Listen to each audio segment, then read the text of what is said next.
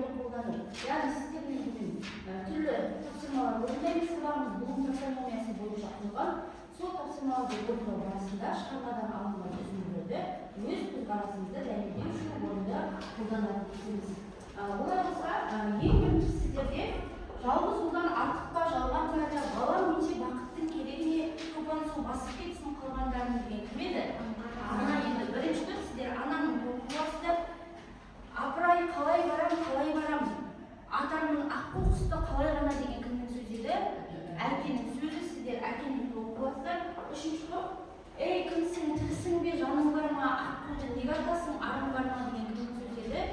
Жоқшы қарт, олай болса сіздер жоқшы қарттан толық боласыздар. Одан кейін оқушылар сіздердің алдарыңызға осындай кітапша бердім. Бұл кітапшаның ішінде өзіңіздің аты-жөніңізбен және тобыңызды жазып қойсаңыздар болады. Одан кейін ішін ашқан уақытта мына жерде бағалау парақшасы берілген. Яғни әрбір дисциплина бойынша қанша балл алатыныңызды көрсеткен әрбір тапсырмада сол бойынша оқушылар өздеріңізді бағалап отырыңыздар. Сабақтың соңында қанша балл жинадыңыз, соған сәйкес бағаңыз қанша болатынын сіздерге айтатын боламын. Олай болса, сабағымызды бастайық. Бірінші тапсырмамыз біздің білім тапсырмасы, яғни шырағай платформасы арқылы сұрақтарға жауап беріңіз. Бұның дискриптері сұрақтарға толық жауап береді. Олай болса, біріңіздің артыңызға біріңіз тұра қойыңыздар, біріңізден кейін біріңіз келіп сұрақтарға жауап бересіздер. Қай топ жеңіске жетеді, сол топ бір балдан алуға. Жоқ, үшеуіңіз қатарынан шығасыздар. Дайын тұра қойыңыздар. Біріңізден кейін біріңізге сұрақтарға жауап бере бересіздер.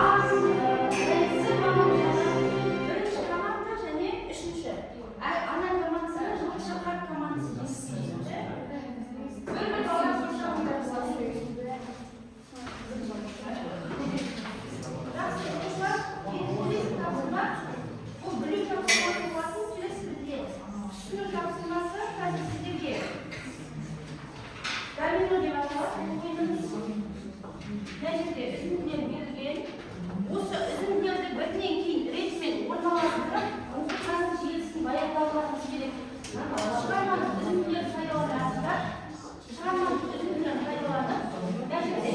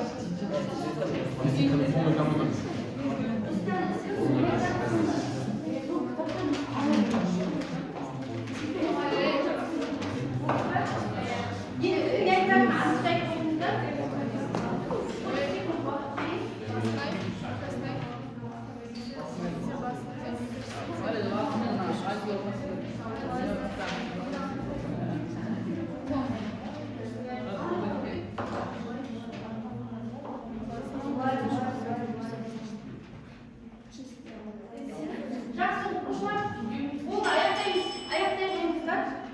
Маған бересіздер қазір. Бірінші топ тыңдайық, иә? Бірінші топ ана болып келе қойыңыздар. Кім келеді? Кімге шығады? Алып келіңіздер. Ана болып тез.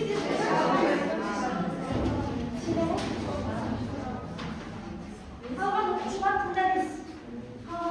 тыңдаймыз. Ya? Ayta olmayacak. Basın ayda.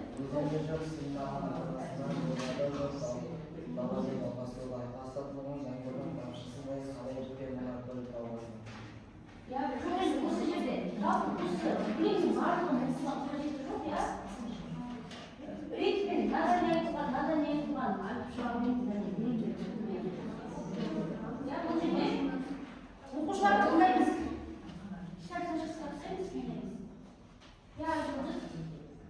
Бұл жерде қанша уақыт өткенін және ол уақыттың ішінде қаншама адам дүниеге келгені және қаншама өзгерістер болғанын түсіндім. Жақсы, одан кейін әрі қарай шықмайды.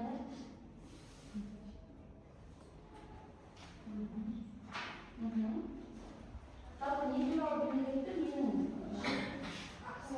жетімгүлге келу туралы жақсы. Яғни жетімгүлге аққуға келгенде қандай жағдайлар орын алады екен? Ya, Rauşan bir arayış var, tamam mı?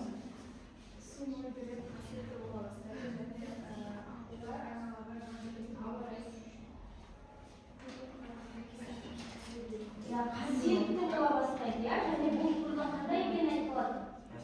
Қасиетті екен, оған адамдардың етін істейтін. Ақшуға келген уақытта олардың аяқ басып келмейтінін, және барлық аң-құс жануардың бәрі тынышталып, кімнің сұлулығын тамашалайды екен? Аққудың сұлулығын тамашалайды екен. Соңы деген алдағы жолды оқып жүресің, яғни біздің ары қарай оқиғаны жалғастыру үшін осы керек. Құрамада аққуға осыланға шашқанда жетімсек кавалерді арман аққумен қосыларына. Яғни бұл неліктір аққулардың жетімгүлден ұшып кеткені туралы. Бұл нешінші бөлім поэмадағы? Жоқ, мына бастау тұрған сен айтып тұрғандарың нешінші бөлім?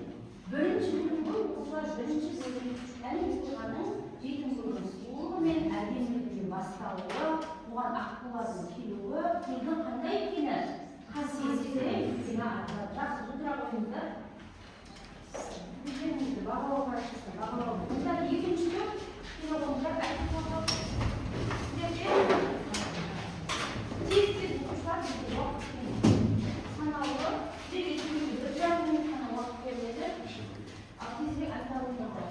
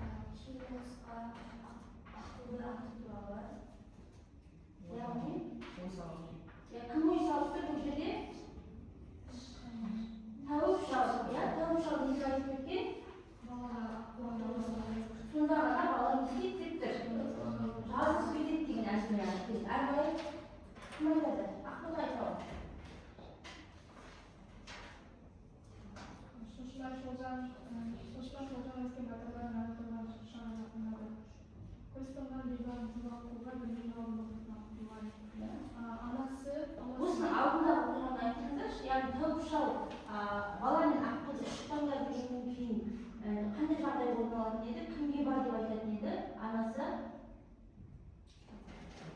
иә әкесіне бар деп айтшы, не деп айтады әкесіне? Жетім көрге барып ақ болады. Жалғыз ұлдан артық па, жалған бары. Екеу болса дүние арман бар ма, жалғыз болыпты. Сондықтан барып не істеп кел дейді?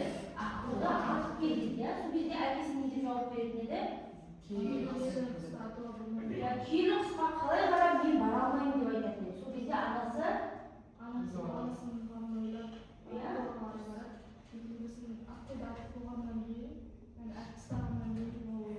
барған күні ақ құлды артыла ма?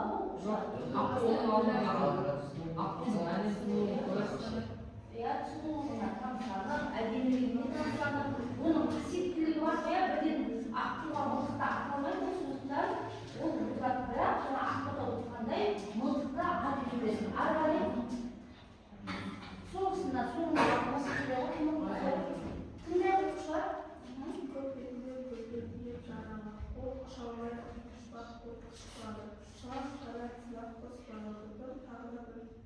Тағы бірі айында жайып жатыр. Қанаралас қаққан мұңымен жетім көрдің қалқан ойнап жатыр.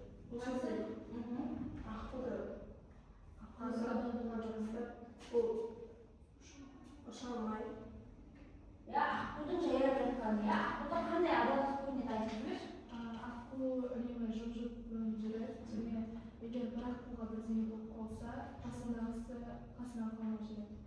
Бұл жерде яғни бірі жайрап жатса көрде, екіншісі соған қарап не істеп тұр дейді. Ұшып кете алмай тұрған дейді. Жақсы тұра қойыңыздар. Өте жақсы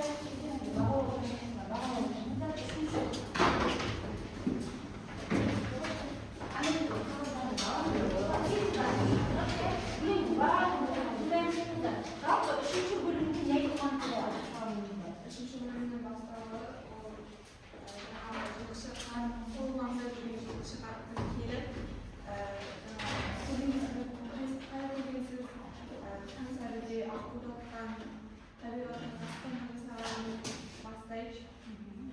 Екінші шумағында көптен шыққан әдемі көрген көркінде өткен қасиетті мерекелердің бір жылқышы анаға айқайлайды.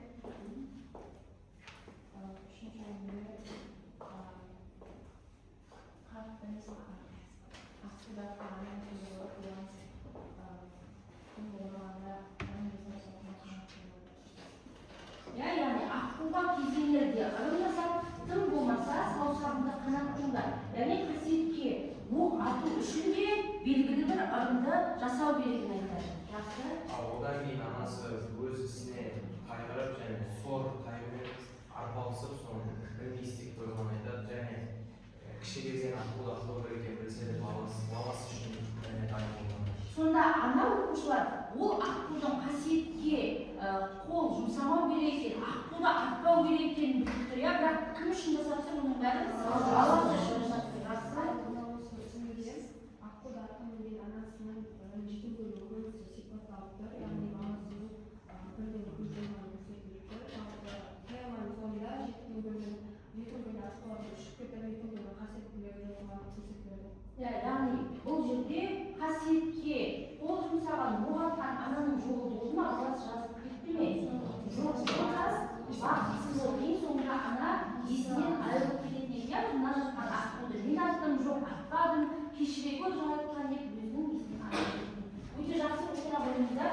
Жақсы оқушылар оқығанын ерсін түсіндік қой, иә? Енді қазір біз сіздермен қолдану тапсырмасын орындаймыз. Ол тапсырманы орындамастан бұрын мына бейнероликке назар аударайық.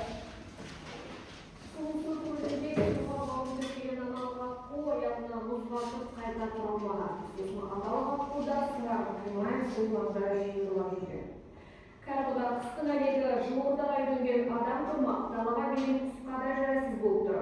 Байдалуда қыстап қалған аққуларды қазадан аязда жергілікті тұрғындар ұстады. Қазір қосмолдықтың жағдайы тәуір. Жергілікті тұрғын бауыржан Шартықов бақытқа отыр. Астағы осы ауылға тілшіміз Қарлығаш Қасиетова арнайы барып қос аққуды көріп қайтты. Әбден өсініп шаршағанда құл құтқарушысын сұлу мойнымен құшақтап барады. Мұз құрсауында қалған Сыңар да құтқарылды. Бұл соңғы уақытта ең көп талқыға түскен әсерлі бейне көрініс. Аққулардың жылжап қашпай қыстап қалуы жүйелеп кетті. Мамандар бұл құбылысқа климаттың өзгеруіне себеп болатынын айтады. Қарашаның ортасында сол өзенде жүргізілген бір топ аққуды көрсеткенбіз. Ал бұл жол оқиға ерекше өрбіді.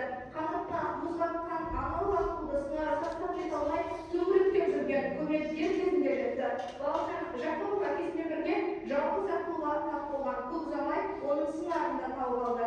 Той уақытта қымыз болып көктем бетінің алдына аласа, сендер амандық тілеуін тілеймін. Қос аққудың өміріне қауіп жоқ. Бауыржан оларды жылы жерге жайғастырып қамқорлығына алды. Аталығы әлденіп бойын тіктеп алған. Аналық аққудың аяғын аздап үсік шалғаны болмаса, басқа жарақаты жоқ. Сұлусор деген көлдің тауып, енді ең бірінші әкем көрді. Содан кейін мен әкемнің көлігін тоқтаттым. Тоқташ, барып қарай, мүмкін неге мұзға жабысып қалған шығар деп. Сосын ана жерде жар екен алдында. Сол жардан сырғанап түсіп, жақындай беріп, ол орнынан тұрып, әрмен қарай қаша бастады. Сосын ойлағам, көтеретін шығар деп, алып қалтамнан ұялы телефонымды алып видеоға түсірейін деген. Ол шығармады, әлсіз екен. Аққуларды құтқарып танымал болған Бауыржан Жақыпов мұны ерлік деп санамайды. Құстарды ол облыс орталығына апарып, орнитолог мамандарға көрсетті. Сондай-ақ питомникке көрдіңіздер ғой, бейнероликте не бейнеленген? Аққуды құтқарып қалған адам туралы бейнеленген. Яғни енді осы бейнероликті және поэманы қолданып, сіздердің кітапшаларыңызда қолданудың тапсырмасы бар.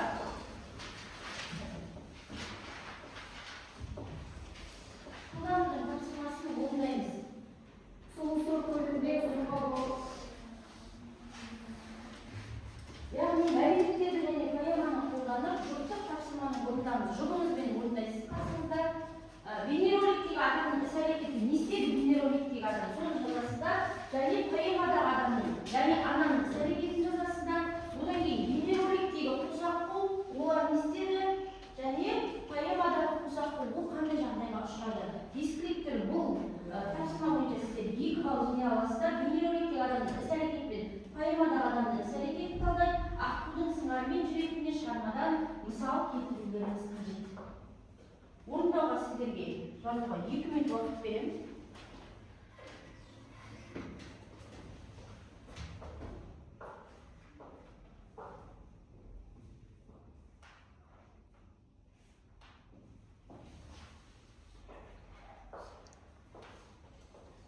Жұқтасы орындаңыздар оқушылар.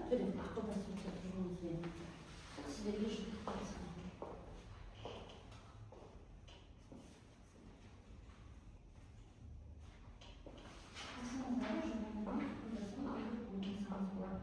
Біреуіне жазсам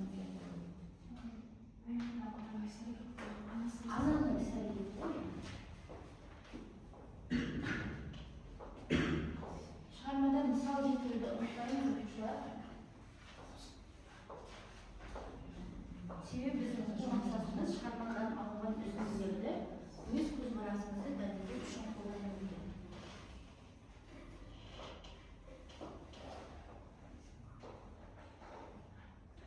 Келісіп сіздер мынаны жазамын, сен мынаны жаз деп келісіп аласыңдар. Біреуін.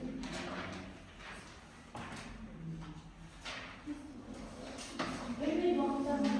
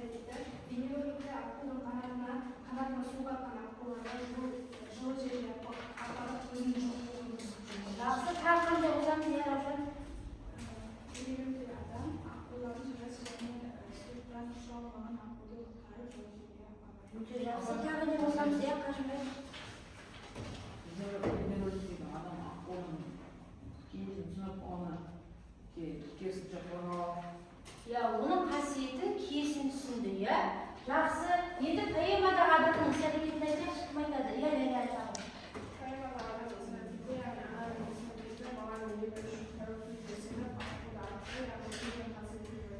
Көлдің қасиетінде ең соңында көлден не кетіп қалып еді? Аққулар кеткенімен, аққулармен қосылып, оның несі кетіп қалып? Қасиеті кетіп қалып еді. Жақсы. Бейнероликтегі қосаққу туралы айтайықшы, кім айтады? Бейнероликтегі қосаққу. Аққуды айтады. Бейнероликтегі қосаққу адамның арқасында яғни не істейді? Өз жүрін тастап кете алмады. Тағы не айта аламыз? Өте жақсы. Тағы не айта аламыз? Қазір айтамын. Жобының аяғы мұзға қатып қалса да кетпей қасында жүрді. Және екі аққу не істеп қалды бұл жерде?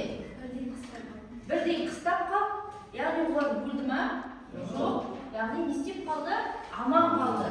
Адамдардың арқасында, адамдардың қасиетті түсінгеннің арқасында аман қалды. Жақсы, келесі поэмадағы қосақ, айқыз айтады. Аққуды атқан соң, оның сыңары қасында қалып қойды, себебі аққулар ешқашан сыңарасын ұстамайды. Қандай тегін болса да жақсы, жақсы.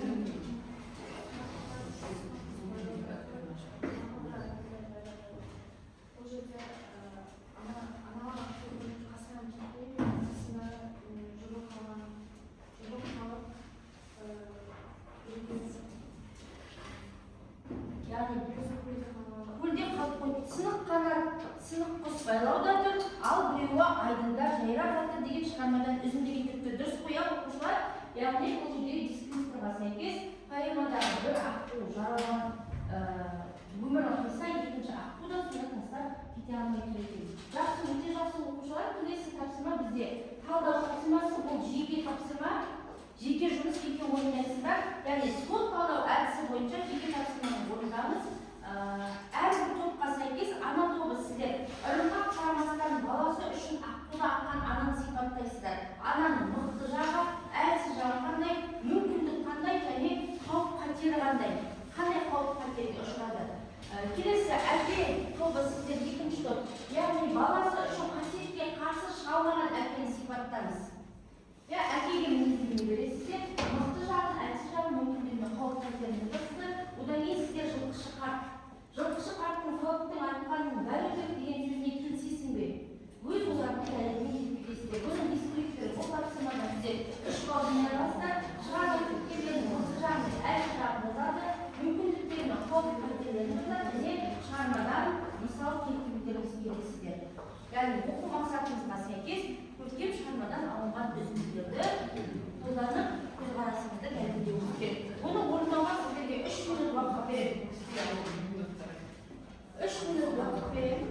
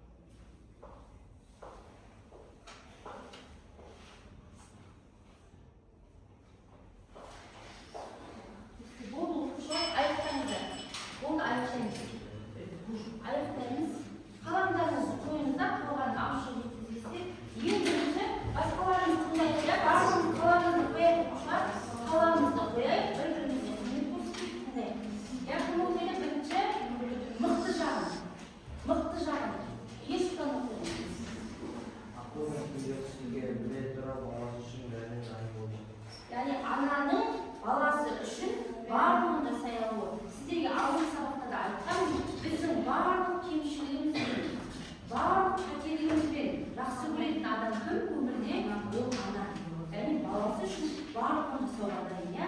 Өте жақсы. Тағы қосатындарыңыз бар ма? Бәрі осымен келісесіздер ме? Жақсы, болса келесі әлсіз жағына келейік. Әлсіз жағы. Иә, Жұлдыз.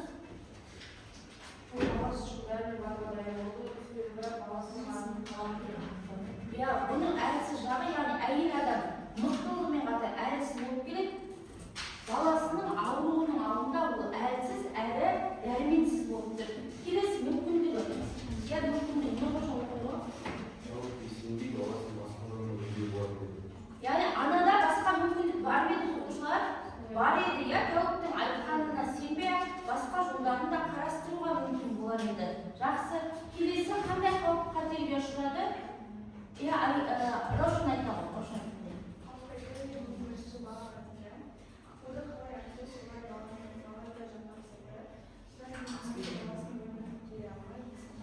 Есінен ауысып кеткенде, иә, бұлар не болса сен аласың?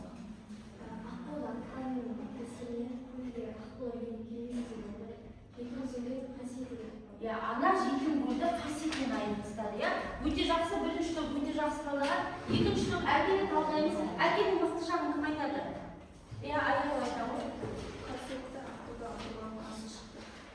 Әкенің мықты жағы, яғни ол аққудың қасиетті екенін түсінді, сондықтан оны не істеді? Атуға барағынан қарсы шықты. Әлсіз тұсы, иә, қажыры.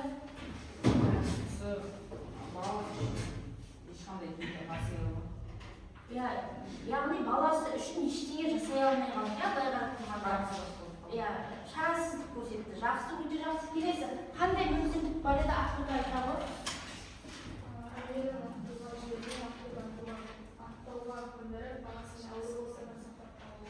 Иә, яғни әкеден әйелін баруға сен тыйым салам, барма деуге істеді, мүмкіндігі болды ма әкенің? Мүмкіндігі болды. Қандай қауіп қатерге ұшырады, кім айтады? Азин айтшы, қауіп қатер.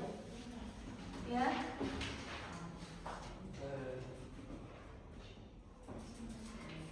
Қауіп қатер кім жазды? Иә, тұрып айта ғой. Бұтыра оласыз.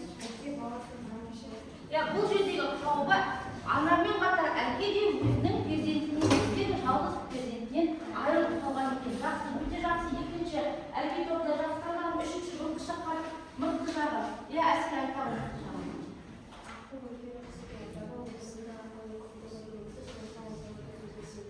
Өте жақсы. Тыңдап отырамыз. Өте жақсы. Келесі, әлсіз жағы. Кім айтады әлсіз жағы? Сабжан айтады. Яғни ол бірден ол адамға барды ма? Мылтық ататын. Барса бұны атып тастайды-ау деген қорқыныш бұл. Шығармадан осы жерге мысал келтірейікші. Ешқандай мысал келтірмей жатырмыз. Иә?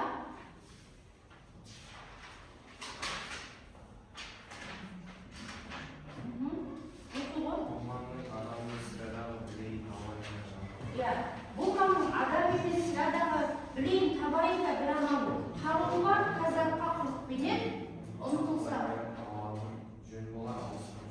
Яғни алыстан тұрып сұрау. Бұл хат қалай болмасын мылтық ұстаған адамнан істеп жүр, қорқыптыр екен, жақсы мүмкіндіктері. Иә, айтаққа кетеді. Мылтық ұстаған адамын тоқтатуға келі ақылды құтқаруға мүмкіндігі бар еді. Тоқтатқанда жетім көз-жетім болмаса және анасы бақытсыз болмаса. Өте жақсы. Яғни оны құтқарып қалуға мүмкіндігі болды. Қандай қауіп қатер болды? Иә, Малика айта ғой. Жетім көл ақсуларынан айырылып қандай қалды? Тиімсіз, қасиетсіз болып қалған екен. Жақсы. Енді біздің уақытымыз азаматтың жинақтауды ауызша айтып жіберейікші, иә? Төрт түйін әдісі ананың мақсаты баласын құтқару болса, оны жазғыруға бола ма? Жазбайсыздар ма? Ананың істегені дұрыс па, дұрыс емес па? Ойымызды дәлелдейікші, иә?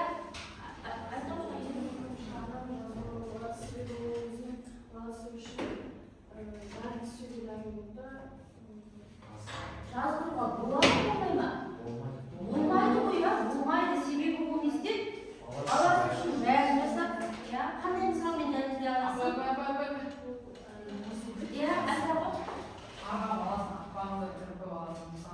Иә, сондай дәлелдей алады және ол не істеді? Аққуды баласы үшін не істеді? Аққуды атты. Яғни қорытындылай келе не айта аламыз?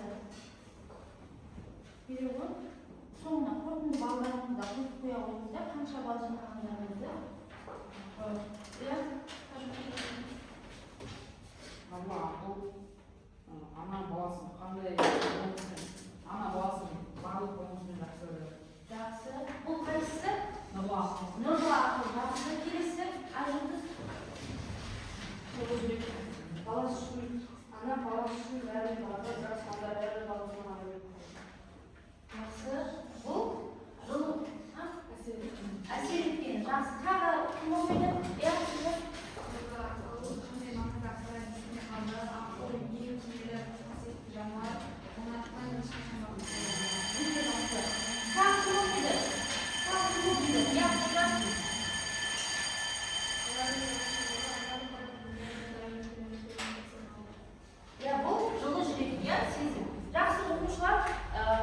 Яғни сабақта сіздерге қатты әсер еткені бұл ананың несі баласы үшін бәріне барлығы және